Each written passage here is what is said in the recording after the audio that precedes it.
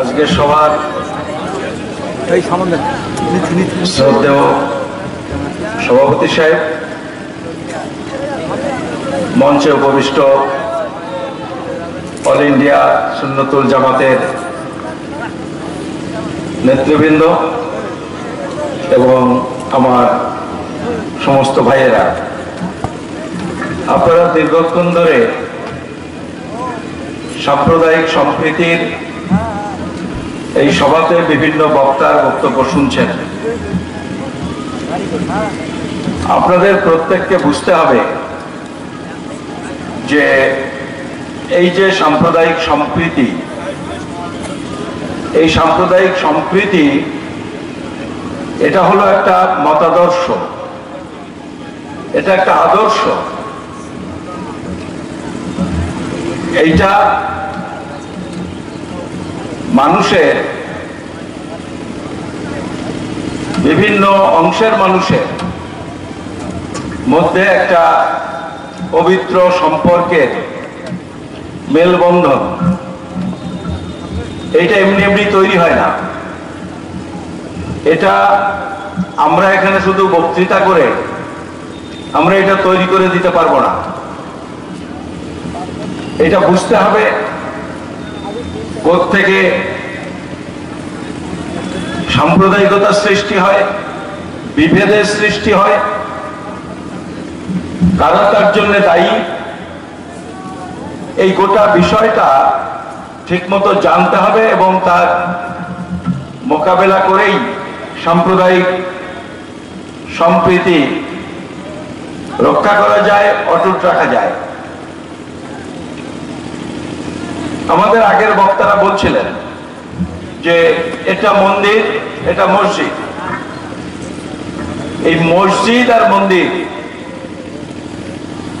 মসজিদ মন্দিরের পেছনে সেখানেও একটা মতাদর্শ আছে কি নেই? মুসলিমদের মসজিদ, যারা ইসলামপন্থী, যারা কোরআন শরীফ মানেন, হাদিস মানেন, তাদের মসজিদ। মন্দির কাদের? বলছেন যারা হিন্দু। কিন্তু একটা জিনিস আপনাকে বুঝতে হবে, এই আপনারা যারা বসে আছেন, আপনারা কি কেউ নমশূদ্র মুসলমান? কেউ পণ্ডক্ষত্রিয় মুসলমান? কি কেউ মাহিষ্য মুসলমান? এরকম আছেন নাকি? আপনারা তো সবাই মুসলমান। আর আমরা যারা হিন্দু, হিন্দু লিখলে আবার ব্র্যাকেটে লিখতে হয় যেটা নমশূদ্র হিন্দু, ওটা মুচি হিন্দু, ওটা গাতর, ওটা জেলে, ওটা কাওড়া। এগুলো না লিখলে আবার হিন্দু ব্যাপারটা পরিষ্কার করে বোঝা যায় না। আপনারা কদিন আগে দেখেছেন, কাগজে বেরিয়েছিল, সিদ্দিকুল্লাহ সাহেব একটা গুরুত্বপূর্ণ বক্তব্য বলেছেন। সিদ্দিকুল্লাহ সাহেবকে আপনারা জানেন, জমিয়ত উলামা হিন্দের পশ্চিমবঙ্গের সাধারণ সম্পাদক। ওই যে যখন উত্তরপ্রদেশে বলছে না কিছু মুসলমানদের হিন্দু করেছে, ঘরে ফিরিয়ে আনছে, দেখেছেন তো? আরএসএস এর লোকজন, বজরং দলের লোক, তারা হিন্দু থেকে মুসলমান হয়েছিল, আবার মুসলমান থেকে নিজের ঘরে ফিরিয়ে আনছে। তো চৌধুরী সাহেব ওই মুসলমানদের আবার হিন্দু হয় আপত্তি করেননি, বলেছেন ভালো হয়েছে, ভালো কথা, আপনারা তাদের আবার হিন্দু করেছেন। চৌধুরী সাহেব দাবি করেছেন যে ওদের আপনারা ব্রাহ্মণ হিন্দু করুন, বলেছেন ওদের ব্রাহ্মণ হিন্দু করুন, তাহলে আমরা খুব খুশি হব। খুব গুরুত্বপূর্ণ কথা। যারা দেখেন সম্প্রীতি, ঐক্য, একটা হচ্ছে তো হিন্দু, মুসলমান, বৌদ্ধ, খ্রিস্টান, তাদের মধ্যে ঐক্য। আবার যদি হিন্দুদের মধ্যে যদি অত ভাগাভাগি থাকে, তো তারও তো একটা ঐক্যের প্রয়োজন আছে নাকি? তারও তো একটা সম্প্রীতির প্রশ্ন আছে না? নেই? আপনারা হয়তো এটা খুব বেশি ভাবছেন না, কারণ আপনাদের এই সমস্যা নেই, কিন্তু আমার কাছে এটা একটা বড় সমস্যা যে হিন্দুদের মধ্যে একটা সম্প্রীতিটা হোক না। যারা বলছে আমি ব্রাহ্মণ, তারা বলছে শিডিউল কাস্ট যারা, তাদের বাড়িতে জল খাবো না, তাদের সাথে তাদের শোবো না, আমার বাড়িতে তাকে রান্না করে বসে খেতে দেবো না। হিন্দু, কিন্তু একই সাথে হিন্দু। এই যে ব্যাপারটা রয়েছে, এক বিয়েটা হবে না, আত্মীয়তা হবে না, এই যে সমস্যা রয়েছে, এটাও তো উচিত না। এটা আপনারা ধরুন, আপনারা মুসলমান নন, আপনারা সাধারণ মানুষ, তা আপনাদের কি মনে হয় এই বিভেদটাও তো দূর হওয়া দরকার? এইখানেও তো সম্প্রীতি দরকার না? সম্প্রীতি দরকার না? এখানেও সম্প্রীতি দরকার, আপনি বলেন আর না বলেন। কারণ ঐতিহাসিকরা বলছে ওই যে বিভেদ হিন্দুদের মধ্যে আছে, ওইটা আপনার পছন্দ হয়নি বলে, আপনার না, আপনার বাপ ঠাকুরদা বা তাদের বাপ ঠাকুরদা, আপনাদের পূর্বপুরুষ যারা, তাদের এই বিভেদ পছন্দ হয়নি বলে তারা বলেছে আমাদেরও হিন্দু ধর্মের দরকার নেই, আমরা ইসলাম কবুল করলাম। কারণ ইসলাম বলছে এখানে ওই নমসূত্র, কাওরা, বাগদি বা ব্রাহ্মণ, কায়স্থ, বৈদ্য এটা এখানে নেই। ফলে আপনারা এটা চাননি বলেই আজকে মুসলমান হয়েছেন। কিন্তু আমরা যারা এখনো রয়ে গেছি, তাদের এই সম্প্রীতির সাথে সাথে আমরা ওই সম্প্রীতির কথাটাও আমরা বলতে চাই, আপনাদেরও বলতে হবে। যেটা সিদ্দিকুল্লাহ সাহেব বলেছেন যে ওদের নিচু হিন্দু করে কেন রাখবে, আসলে নিচু হিন্দু করবার জন্যই না, হিন্দুদের মধ্যে অনেক সমস্যা হচ্ছে। আর আমার মনে হচ্ছে এই হিন্দু মুসলমানের সমস্যার সাথে ওই উঁচু বর্ণ নিচু বর্ণের হিন্দুর যে সমস্যা, সে সমস্যার একটা প্রভাব আছে। ধরুন আপনারা যারা মুসলমান, তারা একটু আগে আমাদের মন্ডলদা বলছিলেন ইতিহাসের কথা, তা আমি আপনাদের একটুখানি ইতিহাসের কথা বলি যে এই ভারতবর্ষে কতগুলো বড় বড় ধর্ম আছে? আছে তো, আরো ধর্ম আছে তো। হিন্দু ধর্ম আছে, বৌদ্ধ ধর্ম আছে, খ্রিস্টান ধর্মের মানুষ আছেন, মুসলমান আছেন, শিখ আছেন, আবার আপনাদের বাড়ির পাশে এখানে ঠাকুরনগরে এরা বলছে আমরা মতুয়া, এরা মতুয়া ধর্ম। এই মতুয়া ধর্মটা দেখেন কিভাবে তৈরি হলো। ওর যে প্রতিষ্ঠাতা হরিচাঁদ ঠাকুর, এখন যারা ঠাকুর বাড়িতে আছে ওদের কথা বাদ দিন, সে আপনাদেরও অনেক পীর সাহেবের কথা আপনারা জানেন, সেই পীর সাহেব আর আজকের তাদের বংশধরেরা শব্দ এক হয় না, কি হয়? এই ধর্ম যারা সৃষ্টি করেছিলেন, তিনি বলেছিলেন যে কুকুরের উচ্ছিষ্ট প্রসাদ পেলে খাই, বেদ বিধি ব্রাহ্মণ নাহি মানি তাই। তিনি পরিষ্কার করলেন বেদ বিধি ব্রাহ্মণ এইগুলো আমি মানি না। মানে এই যে বিভেদ, সে বিভেদের বিরুদ্ধে সম্প্রীতির কথা তারা বলেছিলেন। ফলে এই যে বিভিন্ন রকমের ধর্ম তৈরি হয়েছে, আমি এই ধর্মের কথা বলছি 1500 বছর আগে হয়েছে, মানে মাত্র সেদিন।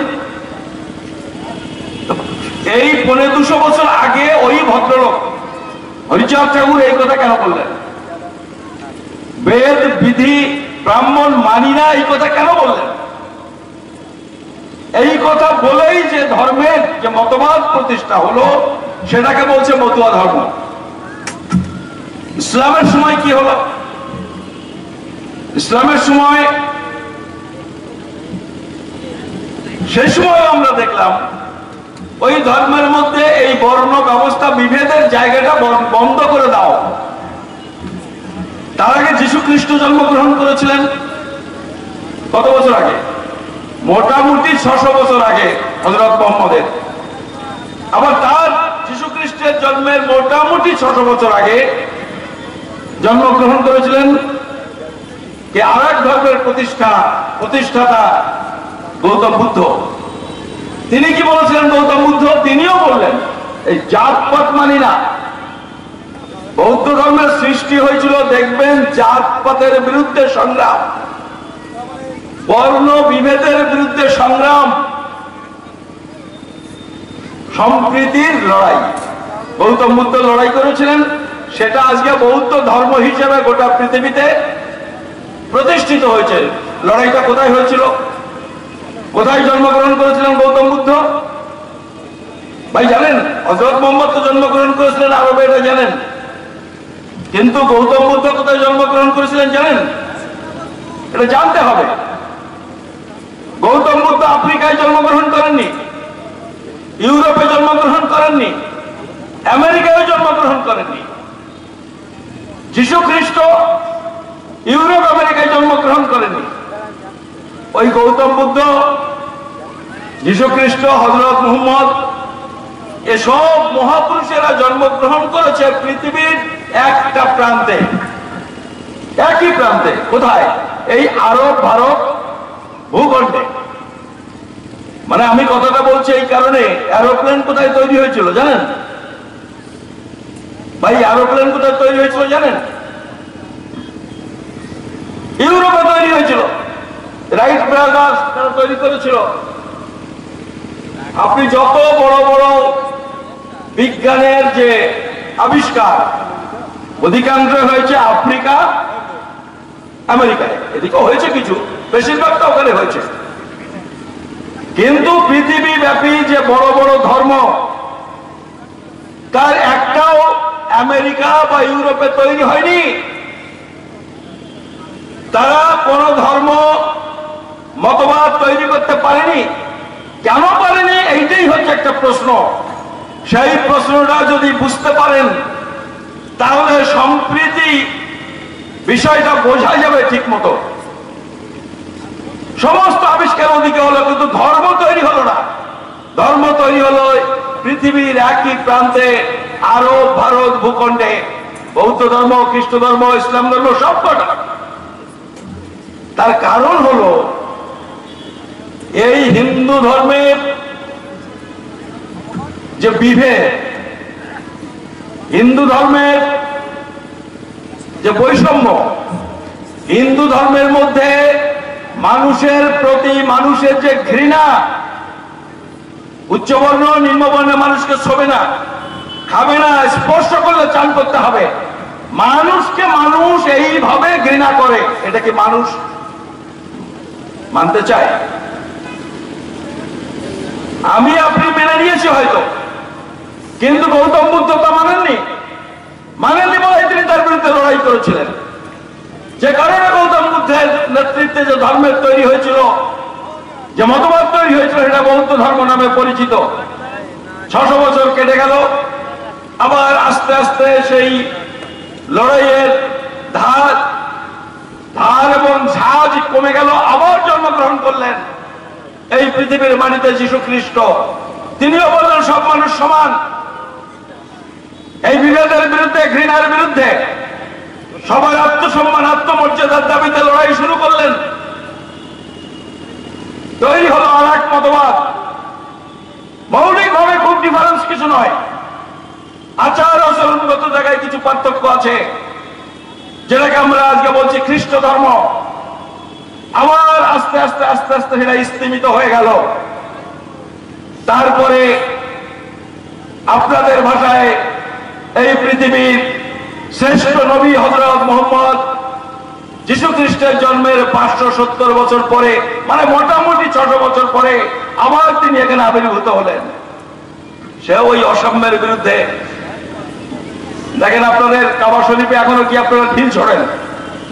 এই ঘৃণা, এই অসাম্য, এই অন্যায়ের বিরুদ্ধে এটা প্রতিবাদ হিসেবে আজও আপনারা যখন যাচ্ছেন হজ করবার জন্য, সেটা একটা প্রতীকী প্রতিবাদ সেখানে আছে। তা আপনারা কেউ চলে গেলেন, বৌদ্ধ হয়ে গেলেন, কেউ খ্রিস্টান হয়ে গেলেন, কেউ মুসলমান হয়ে গেলেন।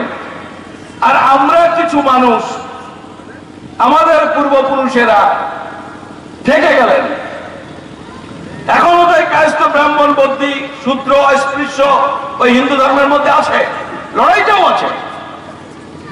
কিন্তু প্রশ্নটা হলো ওই যে মতবাদ, যারা মনে করে আমি শ্রেষ্ঠ আর সবাই হচ্ছে নিকৃষ্ট, আমি সমাজ শ্রদ্ধা পাওয়ার অধিকারী, সবাইকে ঘৃণা করারও অধিকারী, এই মতের মানুষ, এই মতবাদ তো আজও শেষ হয়ে যায়নি। আর যে কারণে আজকে এই সাম্প্রদায়িক সম্প্রীতির কথা বলতে হচ্ছে, এরা নিম্নবর্ণের হিন্দুদের পছন্দ করে না, তাদের মধ্যেও ঐক্য বিনষ্ট করার চেষ্টা করে। এরা মুসলমানদের পছন্দ করে না, এরা খ্রিস্টানদের পছন্দ করে না, এরা এই বিভেদের বীজ এরা বন্টন করে যাচ্ছে। আপনারা জানেন একটা দল আজকে তাদের রাজনৈতিক দলের স্লোগান হলো জয় শ্রীরাম বলে স্লোগান দেয়। কেন? দলটা তো রাজনৈতিক দল। আর শ্রীরাম তো আমরা শুনেছি হিন্দু ধর্মের একজন দেবতা বা অবতার, যাই বলেন। তাহলে একটা রাজনৈতিক দলের স্লোগান জয় শ্রীরাম হবে কেন? কি এটা স্বাভাবিকভাবেই তো এই প্রশ্নটা কেউ করতে পারে। তারপর একটা প্রশ্ন আছে, তারা জয় শ্রীরাম বলে কিন্তু জয় শ্রীকৃষ্ণ বলে না। কি বলে? তারা শ্রীকৃষ্ণ আর শ্রীরামের মধ্যে তারা রামচন্দ্রকে বেছে নিল কেন? রামায়ণ যারা জানেন,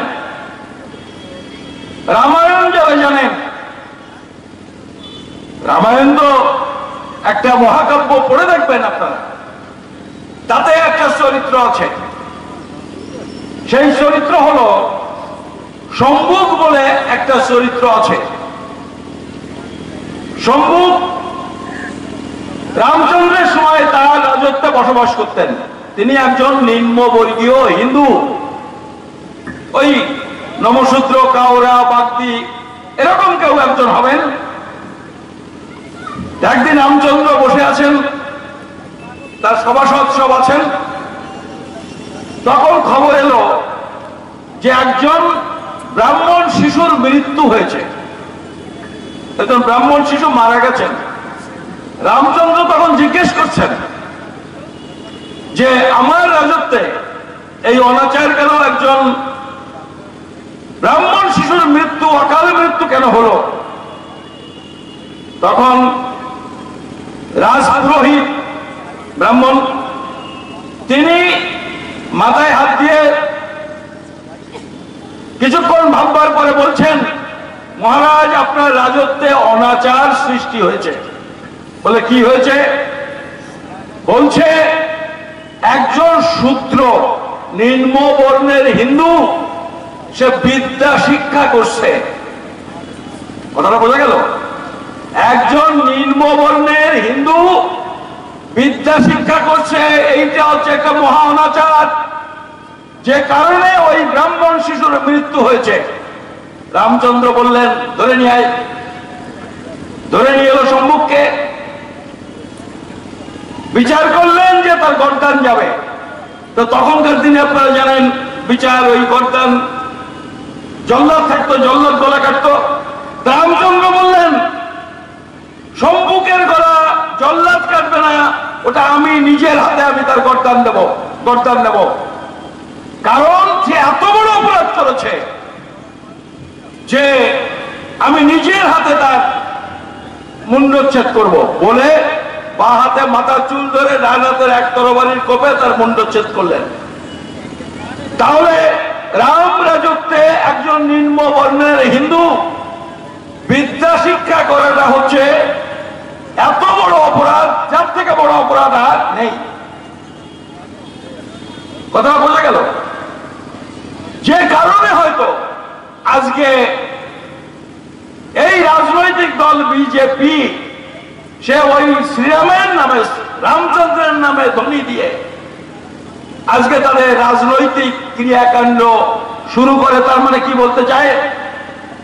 তার মানে রামের এই যে নিম্নবর্ণের হিন্দুর প্রতি ঘৃণা, তাদের অবদমন করে রাখা, অশিক্ষিত দরিদ্র করে রাখার যে যে নীতি, সেই নীতিকে বিজেপি দল ঊর্ধ্বে তুলে ধরে শুধু মুসলমানদের বিরুদ্ধে তারা স্লোগান দিচ্ছে তা নয়, তারা একই সাথে নিম্নবর্ণ হিন্দুদেরও তারা একই রকম ভাবে পদদলিত করে রাখতে চায়। আমি কথাটা বলছি এই কারণে, এই জায়গাটা যদি আমরা নিয়ে যেতে পারি মানুষের মধ্যে, তাহলে এই সম্প্রীতি তৈরি হতে পারে। কারণ ওই রামচন্দ্রের বংশের লোক, ওই কুলপুরোহিত যারা ওই বিধান দিয়েছিল যে নিম্নবর্ণের মানুষের বিদ্যা শিক্ষা মানে সাংঘাতিক পাপ এবং অনাচার, তারা সংখ্যায় 4-5 জনের বেশি নয়। ফলে আজকে এই রামপন্থীদের বিরুদ্ধে যদি লড়াইটা না করা যায়, সাম্প্রদায়িক সম্প্রীতি এখানে প্রতিষ্ঠা করা যাবে না। এই জায়গাটা আগে আপনাকে মনে রাখতে হবে। দীর্ঘদিন থেকে এই বিপদ আমাদের এখানে আসেনি। এই বিপদ শুধু আপনার নয়, এই বিপদ এই দেশের আপামর সাধারণ মানুষের বিপদ হিসেবে দেখা দিয়েছে। গোটা ইতিহাসটাই তারা পাল্টে দিতে চায়। এই দেশের ইতিহাস, কালকে এক জায়গায় বক্তৃতা শুনছিলাম, কত মৌলানা তারা জীবন দিয়েছে এই ভারতবর্ষের স্বাধীনতা সংগ্রামে, অথচ আজকে তারা বলার চেষ্টা করছে এই দেশের মুসলমানরা তারা বিদেশি, এই দেশের মুসলমানদের দেশ এটা নয়। একজন বক্তা বলছিলেন, হয় ভারত ছাড়ো না হলে কোরআন ছাড়ো। এইটা তাদের হিডেন এজেন্ডা। ফলে মুখে কিছু বলছে, উন্নয়ন এটা ওটা যা কিছু বলছে, তাদের মূল উদ্দেশ্য অন্য জায়গায়। আজকে খাগড়াগড়ের প্রশ্ন, খাগড়াগড়ের প্রশ্নে আমার কি এই মাদ্রাসার ছাত্রদের বলতে হবে? আমার থেকে ওরা বেশি জানে না ওদের মাদ্রাসাতে কি শিক্ষা দেওয়া হয়? আমি আমার অভিজ্ঞতা বলতে পারি। আমি সিদ্দিকুল্লাহ সাহেবদের সাথে আমার কিছু যোগাযোগ থাকার কারণে বিভিন্ন মাদ্রাসায় গেছি। আমি হয়তো চলে গেছি কোনো মাদ্রাসায়, মৌলানা সাহেবরা তখন এসে পৌঁছাননি, আমি অন্য দিক দিয়ে এসছি, ওরা অন্য দিক দিয়ে যাচ্ছেন। মাদ্রাসায় গেছি, খালিজা মাদ্রাসা, ফ্যান নেই, লাইট নেই, চৈত্র বৈশাখ মাসের গরম। যাওয়ার সঙ্গে সঙ্গে ক্লাস 3-তে পড়ে ছোট ছোট বাচ্চা ছেলে মেয়েরা তারা দৌড় দিয়ে এসে হাত মেলাচ্ছে, ডেকে নিয়ে ভিতরে বসতে দিচ্ছে। বসার সাথে সাথে দুজনে বদনাই করে জল নিয়ে এসছে হাত মুখ ধোয়ার জন্য। আবার কেউ কেউ দেখা গেল হাত পাকে নিয়ে এসে বাতাস দেওয়া শুরু করছে, কোনো মাস্টারমশাই নেই। আমি হলফ করে বলতে পারি, আমি বিশেষ করে হিন্দু ভাইদের উদ্দেশ্যে বলছি, এই যে জিনিসটা, এই যে ব্যবহার, এই যে আতিথেয়তা, এই যে ভদ্রতা, যেটা মাদ্রাসায় ছোট ছোট শিশুদের শেখানো হয়, আমাদের অন্য কোন শিক্ষা প্রতিষ্ঠানে এটা হয় না। আমি তো মাঝে মাঝে বলি, এই যে কামরুজ্জামান যখন কথা বলে, তার কথাগুলো যেরকম মার্জিত, তার চলাফেরা বলি যে তোমার এই মাদ্রাসায় পড়ার জন্যই এটা হয়েছে। ফলে এইরকম একটা শিক্ষা প্রতিষ্ঠান, তার বিরুদ্ধে আজকে যেভাবে অপপ্রচার করা হচ্ছে, তারা অপপ্রচার করছে, তারা অশিক্ষিত মানুষ। যারা এবিপি আনন্দ চালায়, আনন্দবাজার চালায়, বর্তমান পত্রিকা চালায়, তারা আপনার আমার থেকে বেশি শিক্ষিত না কম শিক্ষিত? তারা বেশি ভদ্র বলে দাবি করে না কম ভদ্র বলে দাবি করে? তারা সংস্কৃতিবান বলে দাবি করে, আর আমাদের বলে আমাদের মধ্যে সংস্কৃতি নেই? তারা কি এইটুকু বোঝে না যে কোন শিক্ষা প্রতিষ্ঠান এই জিনিস এদেশে হয় না? আমার থেকে তারা ভালো জানে। কিন্তু আমরা কেউ, আপনারাও এখানে যারা আছেন, কোন মাদ্রাসা থেকে কোনদিন একজন জঙ্গি তৈরি হবে না, এই গ্যারান্টি কেউ দিতে পারেন? কেউ দিতে পারি না। আপনিও পারবেন না, আমরাও পারবো না। এই যে Dilip Kumar high school, Dilip Kumar high school, কেউ বলতে পারবে যে এই স্কুল থেকে কখনো কোনো চোর বদমাশ ডাকাত তৈরি হবে না? এখানে পড়াশোনা যারা করেছে গ্যারান্টি এখানকার কর্তৃপক্ষ, এখানে মাস্টারমশাইরা দিতে পারবে। একই মাস্টারমশাইয়ের কাছে পড়ছে, একই ক্লাসে, একই স্কুলে, একজন ডাক্তার ইঞ্জিনিয়ার হয়, একজন চোরও হতে পারে, বদমাশও হতে পারে, সন্ত্রাসবাদী হতে পারে। এটা হতে পারে, তাতে স্কুলটাকে বন্ধ করে দিতে হবে। এটা কোনো যুক্তি হতে পারে। এই যুক্তিটাকে আনন্দবাজার বোঝে না, এটাকে বোঝানোর দরকার। প্রেসিডেন্সি কলেজ সব থেকে নাম করা কলেজ। সেই কলেজ থেকে যারা এই পর্যন্ত পাশ করেছে সবাই ভালো হয়েছে, সবাই বিজ্ঞানী হয়েছে, গবেষক হয়েছে। হতে পারে, নাও হতে পারে। ফলে এইটা শিক্ষা প্রতিষ্ঠানের বিষয় নয়। কিন্তু আজকে আপনারা যখন ধান চাষ করেন, গ্রামের মানুষ কি চাচা, যখন ধান লাগান সেখানে কিছু সামা হয় না? হয়তো। তাহলে কি করবেন? ধান চাষই বন্ধ করে দেবেন কি ভাই? ধান চাষই বন্ধ করে দেবো? আরে ধান লাগালে তার মধ্যে তো সামা হবে, আর সেগুলো উপড়েও ফেলতে হবে। ও প্রেসিডেন্সিটাও সন্ত্রাসবাদী হবে, এখানেও হবে, মাদ্রাসাও কেউ হতে পারে। প্রশ্নটা হলো এই সন্ত্রাসবাদীদের কেউ সমর্থন করে কি করে না? আপনারা যারা এখানে আছেন, আপনারা প্রত্যেকেই জানেন, কোন মা বাবা তার ছেলে মেয়ে যদি বিপদে যায়, কোন হিন্দু মা বাপ সেটাকে সমর্থন করে না, কোন মুসলমান মা বাপ খারাপ কাজ করলে সমর্থন করে, এই কথা যারা বলে এবং যারা কাগজে লেখে, কি হয় তাদের মাথা খারাপ, না হলে তাদের উদ্দেশ্য ভালো নয়। কিন্তু এদের মাথা খারাপ নয়, এরা একটা অসৎ উদ্দেশ্য নিয়ে আজকে এই প্রচারে নেমেছে। আর সেই কারণেই গোটা নিম্নবর্গীয় হিন্দু, মুসলমান, উচ্চবর্গীয় মানুষের মধ্যেও বহু গণতন্ত্র ধর্ম নিরপেক্ষ মানুষ আছেন। গোটা মানুষকে আজকে ঐক্যবদ্ধ হতে হবে। আমরা জানি আমাদের মধ্যেও নানান কন্ট্রাডিকশন আছে, নানান রকমের দ্বন্দ্ব সংঘাত আছে, কিন্তু যখন একটা জাতীয় সংকট হয়, যখন এত বড় একটা বিপদ আমাদের মাথার উপর আসে, তখন সর্বাগ্রে তাকে মোকাবিলা করার প্রয়োজন। সেই জন্যেই আজকে এই যে হিন্দু রাজ প্রতিষ্ঠার কথা যেটা বলা হচ্ছে, হিন্দু রাজত্ব প্রতিষ্ঠার কথা বলা হচ্ছে, তার বিরুদ্ধে আমাদের সবাইকে রুখে দাঁড়াতে হবে। এবং হিন্দু রাজ প্রতিষ্ঠা এই প্রক্রিয়া আজকে শুরু হয়নি, এক দীর্ঘ প্রক্রিয়া শুরু হয়েছে। আপনারা ডক্টর আম্বেদকরের নাম শুনেছেন, যিনি ভারতের সংবিধান লিখেছিলেন। তিনি দেখবেন তার অষ্টম ভলিউমে থটস অন পাকিস্তান বইতে হিন্দুরাজ সম্পর্কে একটা চ্যাপ্টার লিখেছেন। তাতে তিনি লিখেছেন হিন্দুরা কি বললো সেটা বড় কথা নয়। হিন্দুরাজ যদি কোনদিন ভারতবর্ষে যদি সত্যিকারে বাস্তবায়িত হয়, সেইটা হবে ভারতের ক্ষেত্রে চরমতম বিপর্যয়। হিন্দুরা যাই বলুক না কেন, হিন্দুত্ব হলো শান্তি, সমতা, সৌভ্রাতৃত্বের পরিপন্থী, এবং সেই কারণে তা গণতন্ত্র ধর্ম নিরপেক্ষতার সাথে বেমানান। ফলে যে কোনো মূল্যে হিন্দুরাজ প্রতিষ্ঠার বিপদকে আটকাতে হবে। এটা ডক্টর আম্বেদকরের একটা ঐতিহাসিক মন্তব্য তিনি করেছিলেন। গভর্নমেন্টের ছাপা বই, মহারাষ্ট্র গভর্নমেন্টের ছাপা বইতে অষ্টম ভলিউমে পরিষ্কার করে লেখা আছে। ফলে আজকে এই বিপদ আমাদের সামনে এসেছে, যেখান থেকে আজকে ওই খাগড়াগড়ের এইটুকু একটা ঘটনা, আমরা প্রত্যেকেই সন্ত্রাসবাদের আমরা নিন্দা করি। যারা সেখানে সন্ত্রাসবাদের সাথে যুক্ত তাদের উপযুক্ত শাস্তি দিক।